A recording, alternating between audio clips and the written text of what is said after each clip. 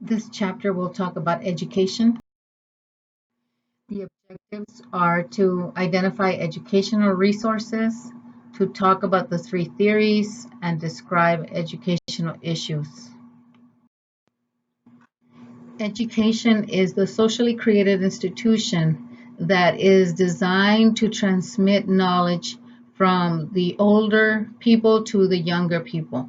And this is where the values of a society are also shared with the younger generation.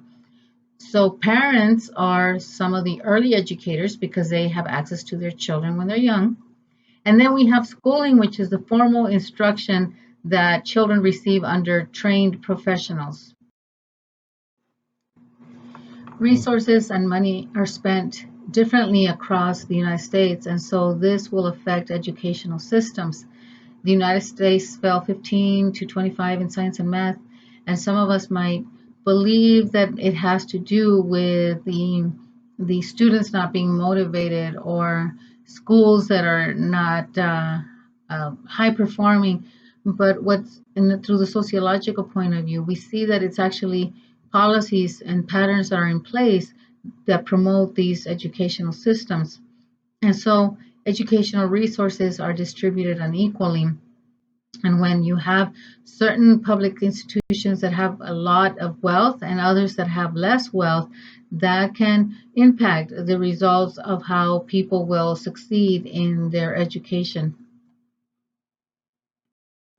Universal access is citizens' ability to be able to participate in the educational system.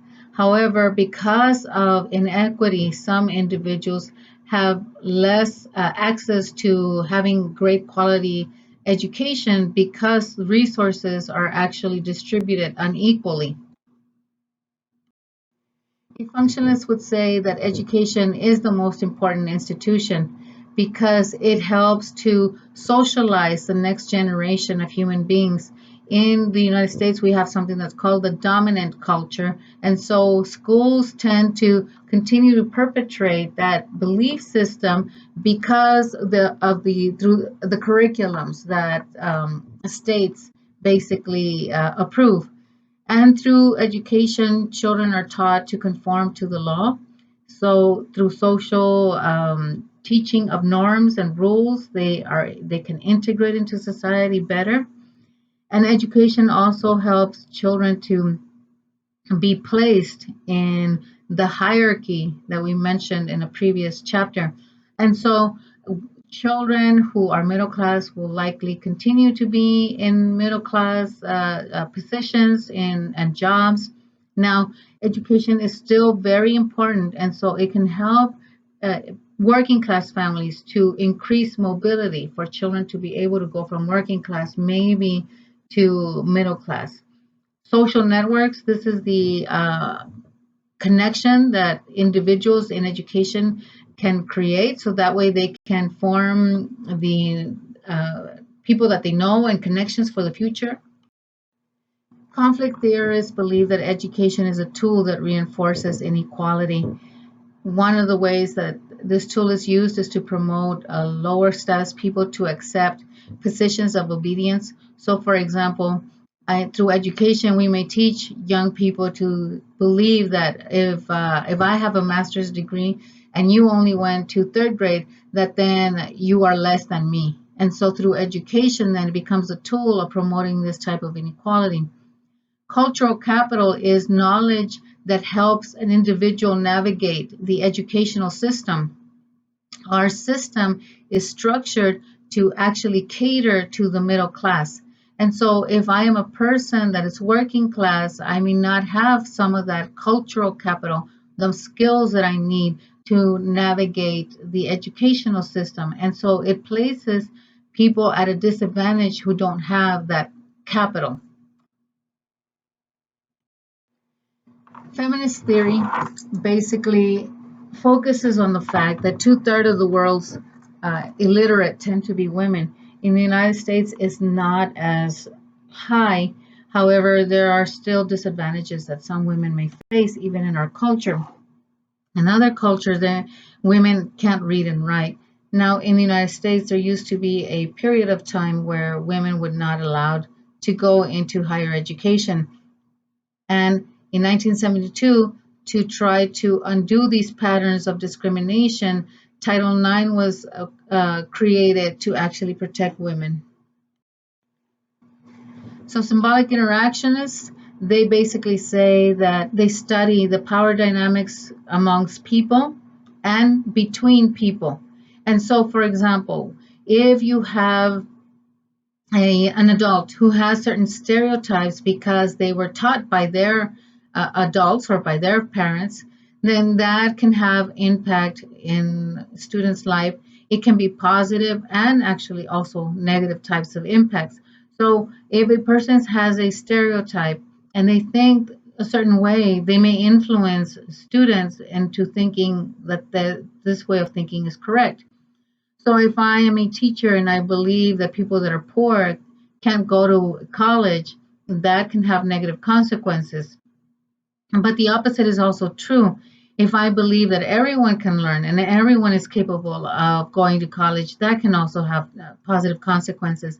So you have the instructors who have the ability to impact children, but you also have children impacting themselves or impacting each other. Sometimes you have, especially as we talk about the issue of bullying, students who label themselves, and sometimes the labels can be positive and sometimes they can be very harmful. Now we come to issues in education. And the first one is standardized achievement tests.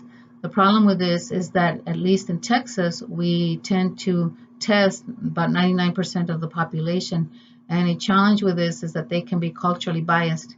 An example is if we take a test where it asks us about snow and the many ways that one describes the variety of snow, and so that can be culturally biased because in Texas we don't usually have snow.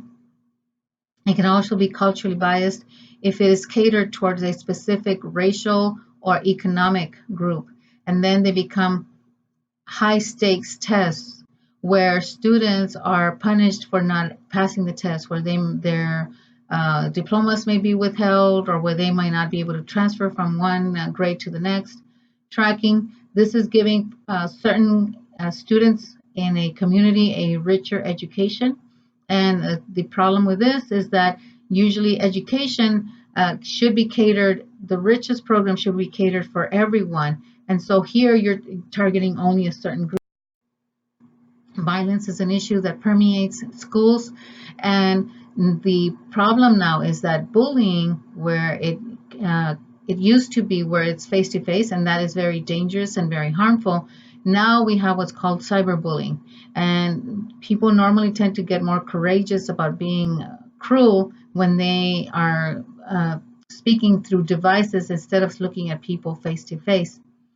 Dropout rates. Some analysts have actually talked about not using dropout rates. They would like to use push-out rates because when a dropout rate is used, it basically places the blame on the student. But when you say push-out rates, then it places the responsibility on the structure and on society, how the educational structure is set. And so a dropout rates are a result of students disenfranchisement, students who may not find a need or whom for that education, or who may find it challenging to be in a setting. Functional illiteracy, this is the inability of some students to be able to read and write. School choice is the pattern of telling parents that a school district is not doing well, and so encouraging parents to take their children away from, let's say, public school district and put their children in a private setting. The problem with that is that it promotes the loss of resources from school districts that are already struggling.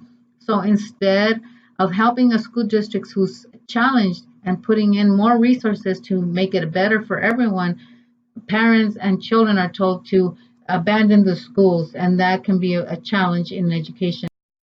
So the challenge is that when you encourage families to abandon school districts that may be struggling, then what happens is that the children that are staying behind will have less access to a quality education.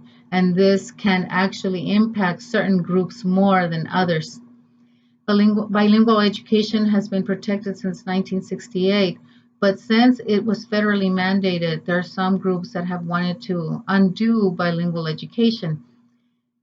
Through research of bilingual education, it has been proven that through this method, a child can learn English while keeping their primary language.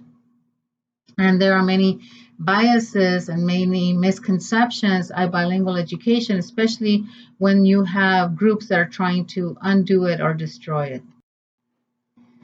Another issue is the cost of student loans.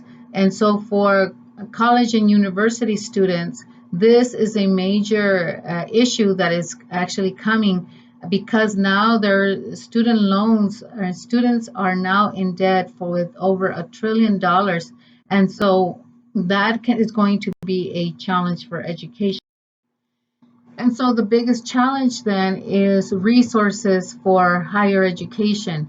And the chart that you are seeing basically shows a pattern of how state and unfortunately federal funding has also started to dwindle. So when you have the state taking less responsibility over the education of the future of the citizens of a state, then that primary responsibility falls into local communities, and it also falls into the hands of students who are maybe asked to pay more in tuition and fees, and then maybe they have to take out more loans.